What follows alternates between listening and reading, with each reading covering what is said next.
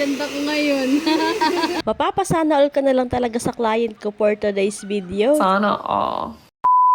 Dahil nga medyo naiinip ako ngayon, kaya naman naisipan kong makeover itong aming sala. Usong-uso nga ngayon yung mga minimalist design ng sala na talaga namang napaka-aesthetic tingnan. Doon dati nga kung ano-ano mga abubot ang naka-display dyan, pinagtatapon ko na nga lang mula nung umuso ang minimalist design. Naisipan ko nga gawing patungan ng TV itong working table. Kakulay pa nga siya ng wallpaper. Sa kakapanood ko nga sa Facebook na mga DIY makeover ay napakadami ko na nga ding nakuhang idea. Yun nga lang medyo magastos siya, kaya naman talagang inuutay-utay ko lang. At ayan na nga mga beshi, ang outcome niya hindi na masyadong masakit sa mata.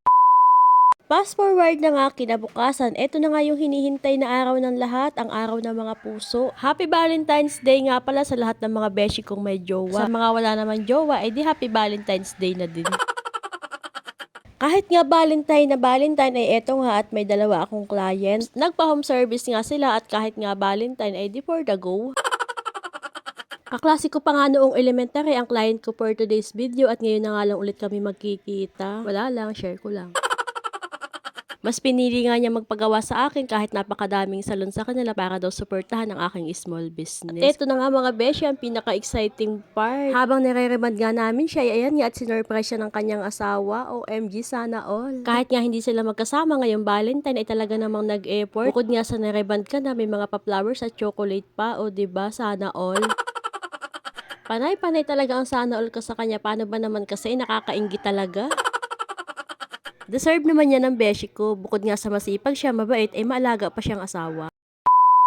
Pagka-uwi naman namin ng bahay ay agad ko nga nilanggasan itong aking sugat. At in fairness, mabisa nga palang panglanggas ang bayabas. Patatlong beses ko pa nga lang itong nilalanggasan ng bayabas at talaga naman nakikita ko natutuyo-tuyo na nga. A day in my life as a tendera. Dahil wala na naman nga akong gagawin, kaya naisipan ko mag-apply na tendera for today's video. Habang wala pa nga bumibili, ay nag-refill na muna ako ng gasolina dito sa mga bote. Hindi ko nga namalaya, nakasama ko pala sa pagpasok sa trabaho si Tamundong, ang aming aso. Kahit nga saan ako pumunta, ay talaga naman nakasunod sa akin at bantay na bantay. Akano kayang apasuldo ko sa iyo? Sa mga puntungang ito mga beshi ay hapon na at wala na masyadong namimili, kaya naman nag-umpisa na din kami mag-repack ng asukal. Napakabilis na talaga ngayon ng oras, hindi ko nga namalaya na hapon na pala. Kung ini-standby ko lang yung sa bahay ay di malipas na lang yung maghapon ko ng gayon na laang.